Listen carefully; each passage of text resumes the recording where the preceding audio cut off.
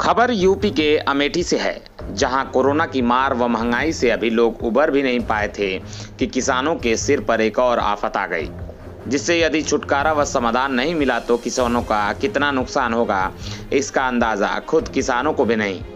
कई प्रदेशों से होते हुए टिड्डियों के दल कल प्रतापगढ़ व सुल्तानपुर आ धमका, लेकिन आज 12 घंटे के अंदर ही अमेठी में दस्तक देकर किसानों के माथे पर चिंता की लकीरें खींच दी हैं।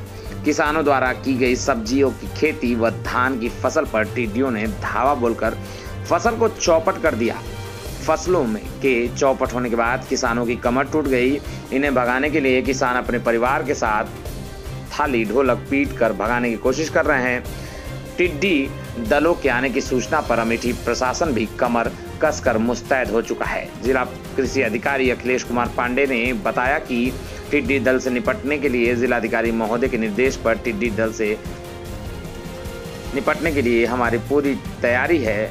हम सूचना प्रतापगढ़ से मिली, हम लोग तुरंत अलर्ट हो गए, सभी कर्मचारियों को अलर्ट किया गया। रात में ही सभी टीमें सक्रिय हो गईं।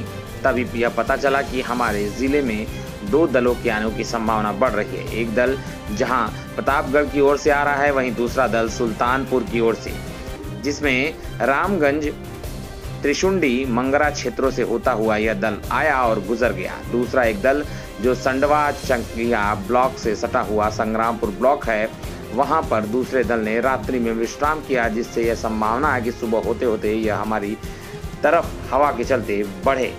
इसलिए हमारी टीम रात में ही अलर्ट मोड में है और लोगों से प्रचार प्रसार के माध्यम से जानकारी दी जा रही है कि थाली बजाते रहें, घंटी बजाते रहें, आवाज़ करते रहें। इससे टिड्डी दल उड़ता रहेगा, रुकेगा नहीं, क्योंकि दिन में यह उड़ते रहते हैं।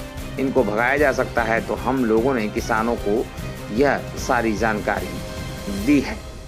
आप देख रहे हैं अमेठी से अशोक श्रीवास्तव की रिपोर्ट। क्या नाम है आपका? संजय शर्मा। संजय जी, ये जो टिड्डी आई है, क्या है पूरी तरह, क्या परेशानी है?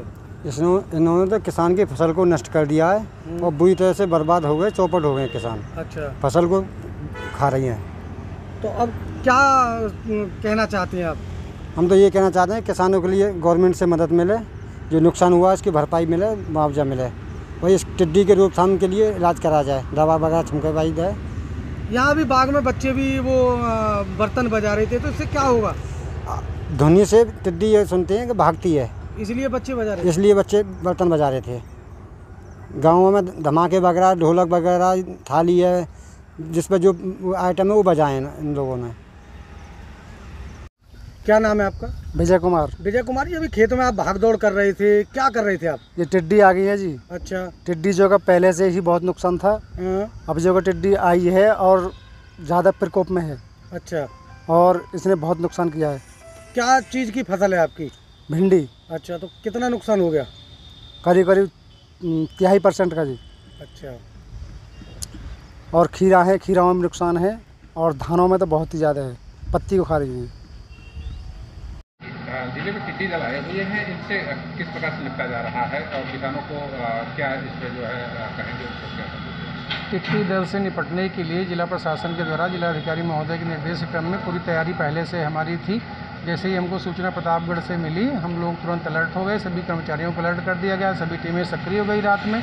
तो ये मालूम चला कि हमारे ज़िले में 2 दल जो है आने की संभावना बन रही है। एक दल प्रतापगढ़ शहर की ओर से, वो हमारे जो है जनपद की जो समीपवर्ती जो हमारे ग्राम है सुल्तानपुर के सटे हुए रामगंज, त्रिशुंडी और इसके आसपास से मंगरा, इन सब क्षेत्रों से होता हुआ एक दल गुजर गया लंबुआ की ओर, सुल्तानपुर की तरफ।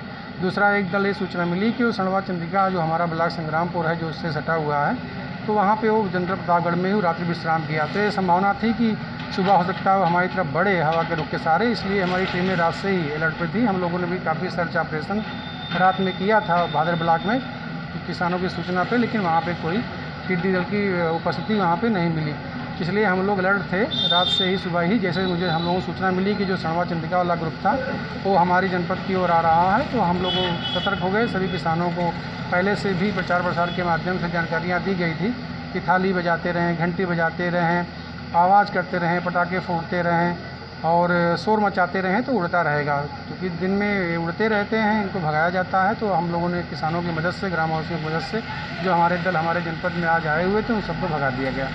ये किसानों के लिए कितने नुकसानदायी साबित होने वाले हैं? किसानों के लिए नुकसानदायी ये साबित होते हैं कि इनकी जो एक फीडिंग हैबिट है, जहाँ बैठते हैं इकट्ठा से फिर सारी फसल को या जो भी वनस्पतियाँ रहती हैं उनको नष्ट कर देते हैं। इसलिए इन पे नियंत्रण फिर बाद में अगर रात में कहीं इनका विश्राम होता है तो उसके लिए फिर केमिकल स्प्रे किया जाता है, और जब वे बैठते हैं तो वहाँ नुकसान फिर पहुँचाते हैं। आदर सत्कार की परंपरा हम हमेशा दिल से निभाते हैं।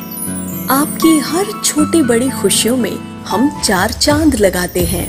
प्यार भरी भेंट और उपहारों के रूप में त्योहारों की रौनक बढ़ाते हैं। आपके सभी अनमोल रिश्तों को हम प्यार से सजाते हैं। स्वर्ण अलंकार की कला समेटे हम हैं शिवा ज्वेलर्स, घास बाजार, मऊ।